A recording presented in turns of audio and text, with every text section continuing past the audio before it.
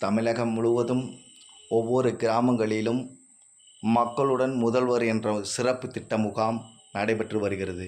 அதனைத் தொடர்ந்து திண்டுக்கல் மாவட்டம் வத்தலக்குண்டு ஒன்றியத்தில் விரிவீடு பகுதியில் மக்களுடன் முதல்வர் முகாம் நடைபெற்றது.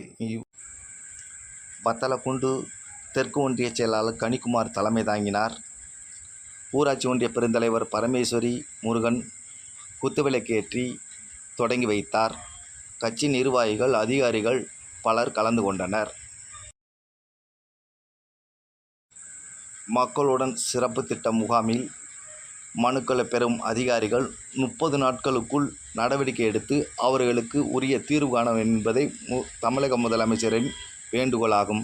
அதனால்தான் இந்த மக்களுடன் முதல்வர் என்ற திட்டத்தையே தமிழக முதலமைச்சர் அறிவித்து ஒவ்வொரு கிராமங்களிலும் நடத்த உத்தரவிட்டுள்ளார்.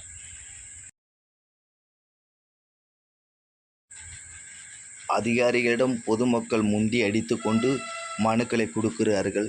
அந்தந்த மனுக்கள் சம்பந்தப்பட்ட அதிகாரிகள் உரிய நடவடிக்கை எடுத்து மக்களுக்கு தீர்வு கண்டால் பயனுள்ளதாக இருக்கும்.